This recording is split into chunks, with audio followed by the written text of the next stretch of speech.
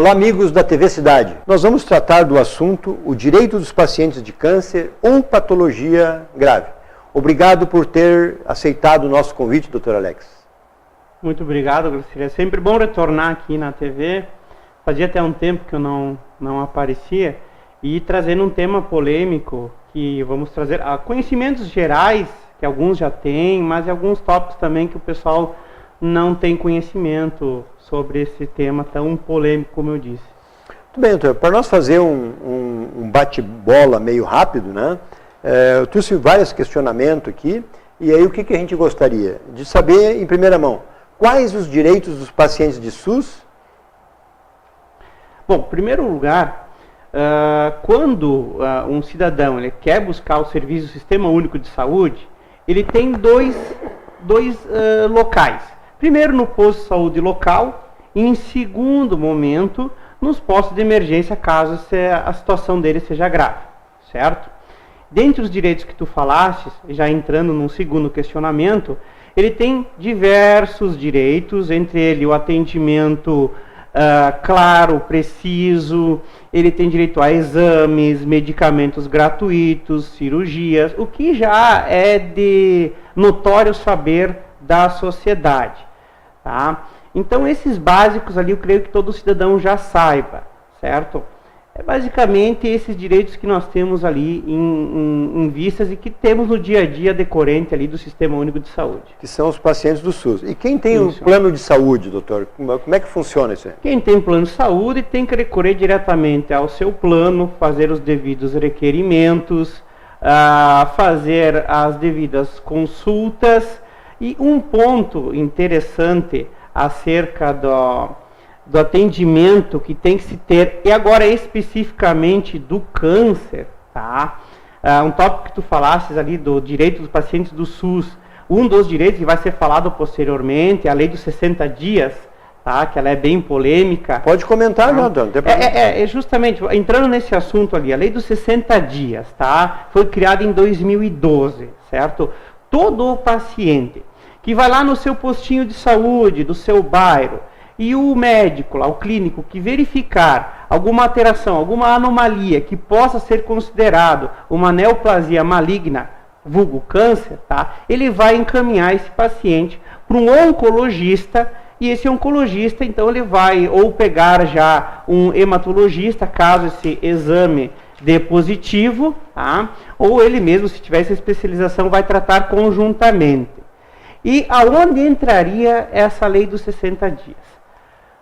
O paciente sai do seu postinho lá do bairro, vem para o pronto atendimento ou um hospital na cidade, que tem o Sistema Único de Saúde como atendimento.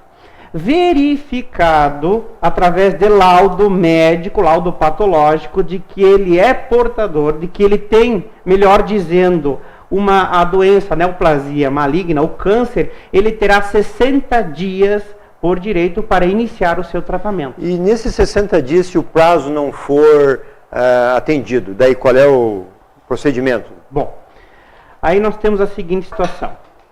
O oncologista, então, através dos exames do laudo patológico, diagnostica o paciente com câncer, tá? Já inicia, então, os formulários, os requerimentos, pede toda a documentação necessária que o próprio Sistema Único de Saúde ele já expressa, declara ali, já exige do paciente. Ele terá então os 60 dias para iniciar o tratamento. Se este prazo não for cumprido, tá, não for devidamente observado, é importante razão que o paciente ou o seu procurador, geralmente um familiar, dependendo do estado de saúde do paciente, vá fazer uma reclamação à Secretaria Municipal de Saúde, devido que o fluxo desses serviços são cuidados na administração local, certo? Então é importante que se dirija à Secretaria Municipal de Saúde do município, né? E se o município, que a gente sabe que a maioria dos municípios normalmente reclamam por falta de dinheiro, que normalmente incham a máquina e não tem dinheiro para as necessidades das pessoas doentes, né? E se o município não atende, o que é normal não atender, qual é os outros dois caminhos mais imediatos? Mesmo expirado o prazo de 60 dias, não sendo atendido, feito um requerimento perante o órgão administrativo, mais especificamente Secretaria Municipal de Saúde, também não atendido esse prazo, o paciente com o câncer, ele se vê numa situação bem complicada, devendo então recorrer à justiça, ao Poder Judiciário. Tá? Normalmente, assim, as pessoas de menor posse, eles procuram a Defensoria Pública, né? Ou até o Ministério Público. Quem não tem recursos para procurar um bom advogado, tem que recorrer a esses meios, né, doutor? É importante ressaltar que Defensoria Pública, Promotoria Pública, né, o Ministério Público, também pode ajuizar as ações para requerimento de exames, medicamentos, tratamentos do câncer. Se tiver um advogado particular que ele possa fazer este processo, também não há problema, o que é muito corriqueiro também de acontecer. Mas com relação a ir na Defensoria, precisa ter um limite de renda, né? E no Ministério Público também ou não?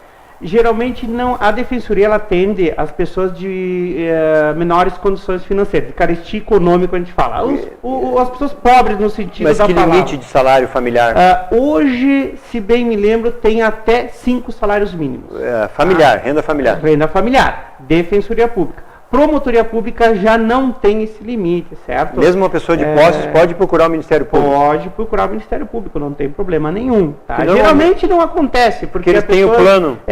Geralmente quem tem plano já é outro assunto. Nós estamos tratando de 2 tópicos. SUS. Quem não tem um plano de saúde, que depende do Sistema Único de Saúde, certo?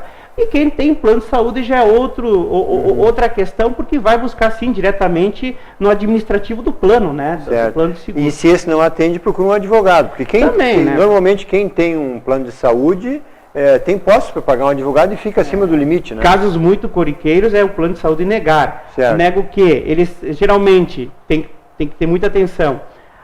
Eu preciso ficar internado na UTI, então o plano de saúde delimita um prazo. Não pode. Eu preciso fazer sessões de quimioterapia, até tantas sessões, aí depois tem que pagar uma diferença. Também não pode. Relação de consumo, basicamente isso, né? Que as pessoas não se dão conta e são surpreendidas justamente no ato onde elas estão mais frágeis, que é do tratamento, né? Muito, sem dúvida. Da saúde. Doutor, uma outra bastante comum a gente vê assim, a pessoa está com essa enfermidade grave e às vezes não tem nem esse esclarecimento, e isso é oportuno, a sua vinda aqui.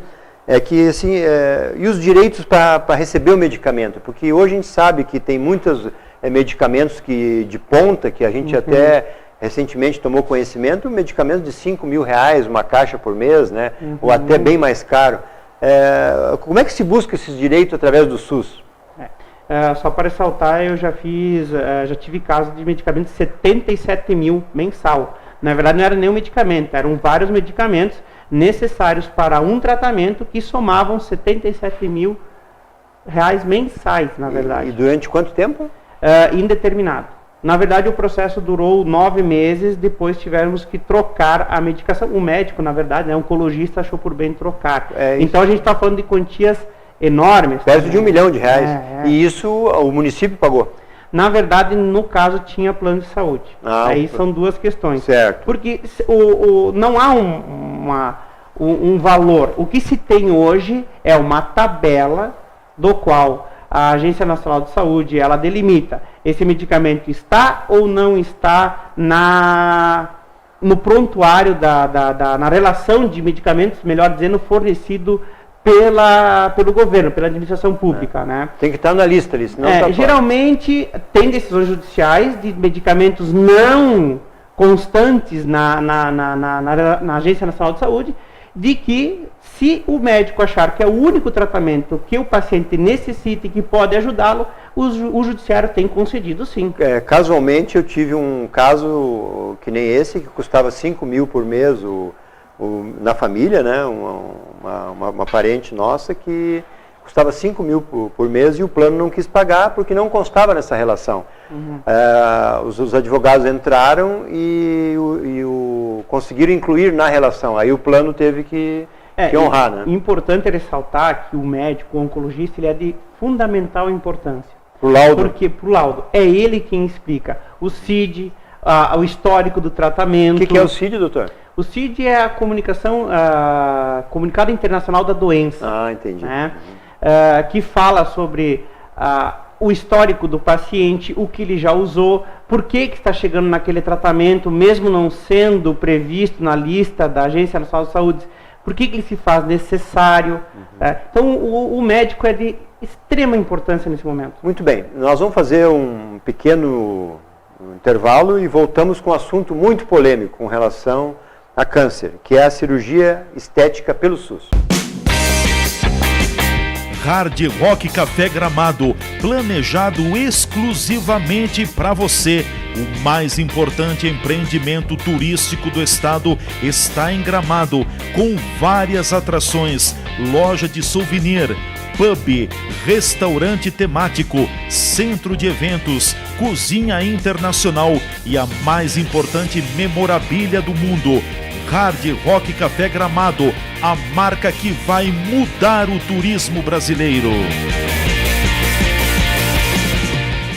Retornamos então, doutor, um assunto bastante polêmico é a cirurgia estética, que normalmente o município nega. E daí tem que entrar com recurso, né, doutor? E que é a reconstrução de mama. É obrigatório pelo SUS? Tanto na questão do SUS quanto na questão do plano de saúde. Tá? Geralmente, por se tratar de uma cirurgia estética, eles acabam negando porque dizem que não está coberto pelo plano ou o SUS não tem como custear esse procedimento cirúrgico. Tá? Então, teve uma lei criada, que é a Lei 9797 de 1999, 9.797, dizendo que obrigou, tá, tanto o Sistema Único de Saúde quanto os planos regulariza a questão da cirurgia de reconstrução mamária para paciente de câncer, né, de mama que teve parcialmente ou totalmente a retirada do seio devido ao tumor ter tomado conta daquela região. Então hoje sim, tem-se a cirurgia para a reconstrução da mama. Na base estética é só essa ou tem outras, tipo face? Tem, tipo, teria outras, né? Ou visão, coisa assim. Tudo depende do caso, tá? Certo. Porque tem certas cirurgias que decorrente da deformação podem sim ser requisitadas.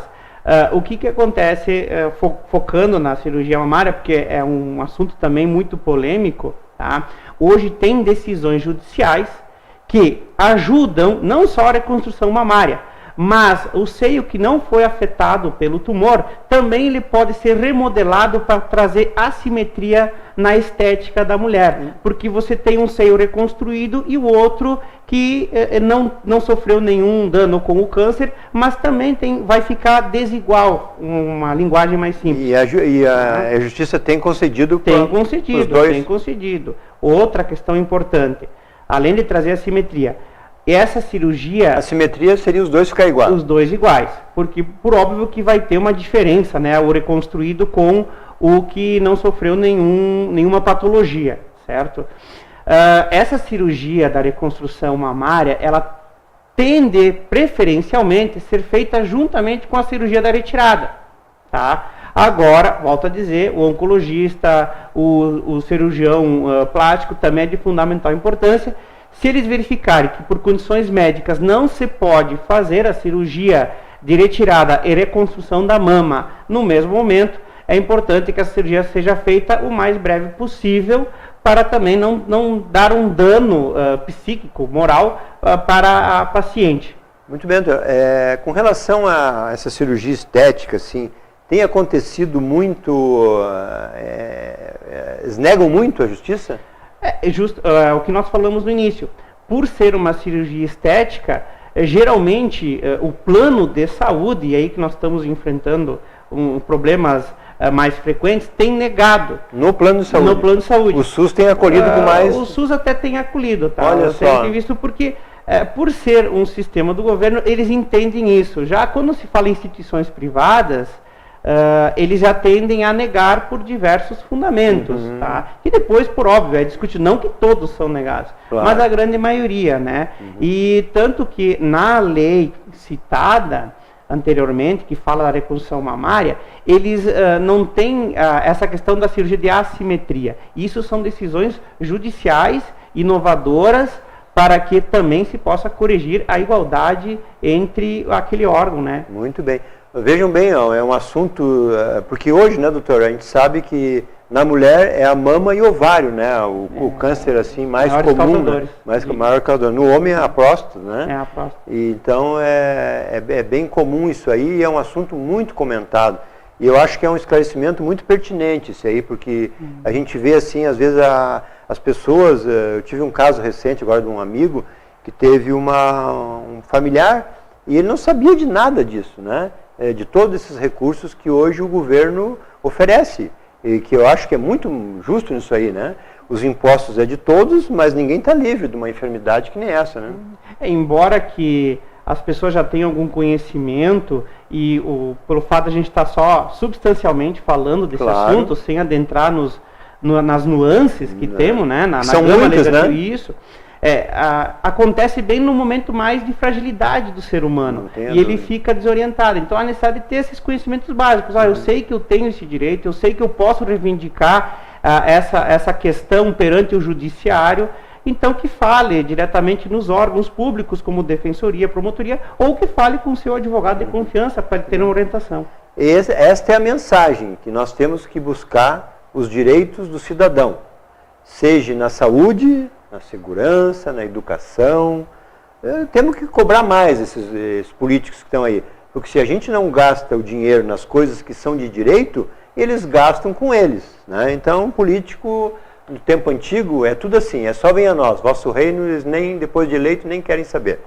Doutor, vamos partir agora para... É possível começar um processo para cumprir a lei dos 60 dias nas pequenas causas?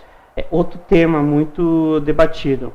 Geralmente eles entendem que é um processo de grande complexidade, um processo que requer perícia.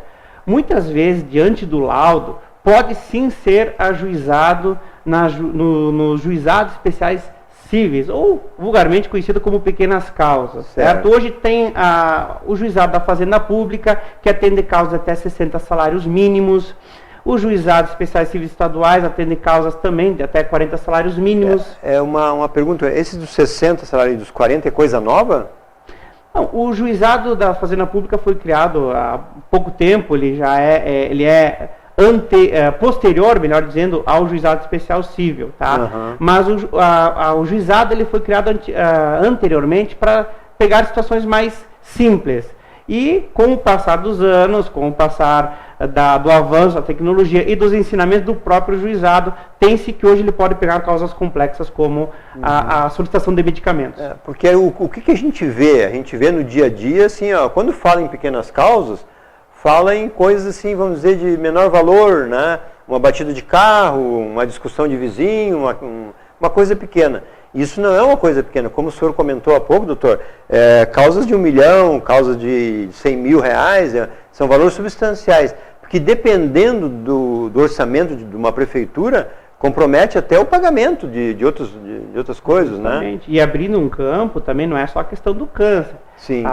Qualquer medicamento pode sim ser ajuizado. Tá? Nós fizemos recentemente ações pelo juizado da Fazenda Pública. Nós comentávamos anteriormente ali, doutor, de um caso daquele que coloca um chip, né, na pessoa e ela restitui até movimentos e volta a ter uma vida normal. Que cirurgia é essa? Do chip, aquele é para Alzheimer? Aí são outras patologias, certo, né, que provavelmente já tem uma legislação específica. Tá? Mas provavelmente, como eu disse, não só a questão do câncer. Em diversas doenças graves, em diversas patologias, a legislação tem avançado de um modo muito benéfico ao paciente. Assim também como o judiciário tem acompanhado diversas inovações nos seus julgados para trazer maior conforto ao paciente, como nós vamos ver em outros assuntos que podemos falar acerca também do atendimento domiciliar, que é um assunto polêmico, mas vamos ficar contentes com o avanço da legislação mesmo. Com relação, doutor, à obrigação do atendimento domiciliar com os pacientes que não podem ir ao posto, por exemplo, isso aí, assim, eu me considero um cara relativamente esclarecido das coisas, e eu nunca tinha ouvido falar, então eu também sou leigo no assunto, né? Mas quem tem essa patologia ou essa doença grave, o SUS presta atendimento domiciliar. Isso. O SUS não, o SUS autoriza isso? Autoriza, tá? Plano de saúde também é englobado. O que é importante ressaltar nesse sentido? É um tratamento complementar. Tá? Então nós temos a seguinte situação.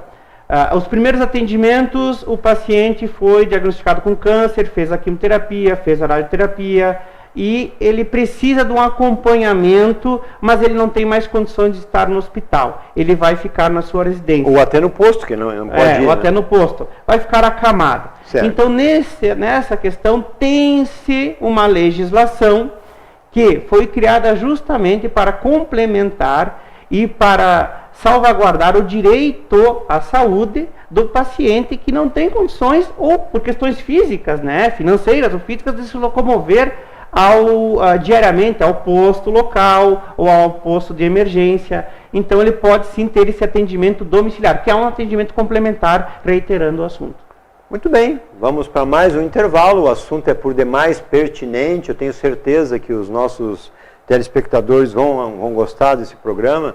É um assunto que a gente não gosta de comentar, mas quando a enfermidade chega em amigos ou em parentes, a gente às vezes perde o chão, né? Então é importante saber dos direitos, e eu agradeço mais uma vez para o doutor estar aqui, e nós vamos fazer um pequeno intervalo aqui e voltamos em seguida. Existe uma linha tênue que separa quem vende medicamentos de quem cuida de você. A Agafarma é uma rede de cuidados formada por profissionais que são referência em saúde, com espaços para acolher com carinho toda a família, cuidar de sua saúde com atendimento humanizado e cuidados farmacêuticos profissionais para garantir o seu bem-estar, oferecendo acesso à saúde com o cartão Agafarma, para que sua família viva sempre bem. Agafarma, cuida com o coração. Cuida com o coração. Agafarma, em Farroupilha, em 2 endereços para melhor atendê-lo. Júlio de Cacilhos, 784 e na Rua Coronel Pena de Moraes, 397.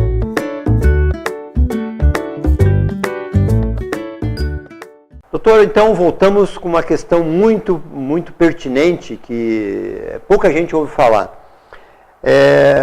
Acho que até vamos voltar um pouquinho. Quais seriam as principais modalidades de atendimento pelo SUS na casa do enfermo? Tem 3 modalidades, tá? A de menor complexidade, que é quando o paciente só precisa de um acompanhamento médico, tá? Que pode ser feito uma vez por mês, tá? Existe a de média complexidade, que é quando precisa de uma visita mais frequente, uma vez por semana, e aí já entra a figura do cuidador, alguém com conhecimento específico e técnico para acompanhar o enfermo. E existe a de alta complexidade, que é quando precisa até de equipamentos na residência do paciente para que ele possa ter um bom atendimento. E nessa questão o cuidador também se faz importante. Esse do cuidador é outra, assim, eu tenho certeza que é uma novidade para muitos, né? O SUS pagando um cuidador na casa do enfermo. É lógico que em algumas situações, né, doutor? Não são em todas. Geralmente, como eu disse, na média e alta complexidade, onde que precisa que um profissional esteja ali acompanhando frequentemente e de modo mais assíduo o paciente. Porque tem pessoas, né, doutor, que a gente sabe que precisa de cuidados 24 horas. E isso o senhor já teve algum conhecimento de algum caso? Justamente, inclusive de pessoas que têm que fazer hemodiálise, mas não conseguem estar presente no posto ou no hospital, né? De pessoas que fazem algum tratamento que precisa estarem acamados e não tem, muitas vezes, leito no hospital. Às vezes uma cidade não tem hospital que suporta para tanto, então a pessoa tem que ser feito na residência. Muito bom, isso é uma novidade que eu tenho certeza que muita gente vai fazer uso disso aí. Hoje o assunto foi direito dos pacientes com câncer ou patologia grave. Doutor Sebem, a gente com certeza teria muito mais tempo para esgotar isso aí, né? Então, assim, eu gostaria que o senhor desse assim, mais vamos fazer um resumo do resumo, finalmente aqui, que seria assim, as principais modalidades na qual o senhor tem no dia a dia visto que o SUS vai atender com segurança essas pessoas que vão buscar a justiça. Olha, Em específico, na questão do câncer, tá? E patologias graves, eu tenho visto que o Sistema Único de Saúde tem avançado muito nesse tratamento, tem cumprido, então, a legislação ali, no caso da lei de 60 dias, como nós citamos, tem se estruturado melhor para atender pacientes que estão nessa doença, nessa patologia tão grave e que está acometendo muitos seres humanos. E isso mudou então, doutor? De um tempo para cá, o SUS está mais, vamos dizer, receptivo com relação a isso. Isso, a estrutura está muito melhor, a legislação se tornou mais específica, ela foi reformulada, ela foi especializada, foi melhorada, certo? As políticas públicas de saúde estão a passos largos ajudando. Claro que não se consegue atingir todo o contingente, mas as notícias e os resultados estão sendo benéficos. Muito bem. E o senhor tem conhecimento de algum município, em função dos valores elevados que se fala nesses tratamentos, que são muito caros, né? De algum município que recorre, porque diz que não tem como pagar, e a justiça tem batido o pé nisso? É uma questão bastante polêmica. Tivemos um julgado do ministro Gilmar Mendes, não lembro em si o ano, mas ele questionou sobre se todos esses medicamentos de vultosa quantia, de valores altos, forem ofertados pelo Sistema Único de Saúde a todas as pessoas, não conseguirão atender outras doenças. Então, já há algum tempo tem esse debate acerca de valores elevados ou não, se concede ou não. Mas o Judiciário tem concedido até o momento. Até porque o Gilmar Mendes e mais uns amigos dele lá hoje não tem moral nenhuma para julgar causas que, mesmo sendo dentro da lei, mas moralmente não tem cabimento, né? Doutor, eu deixaria para o senhor as considerações finais agora e agradecer mais uma vez a sua estada aqui. Muito obrigado, sempre que convidar, nós estaremos à disposição para ajudar.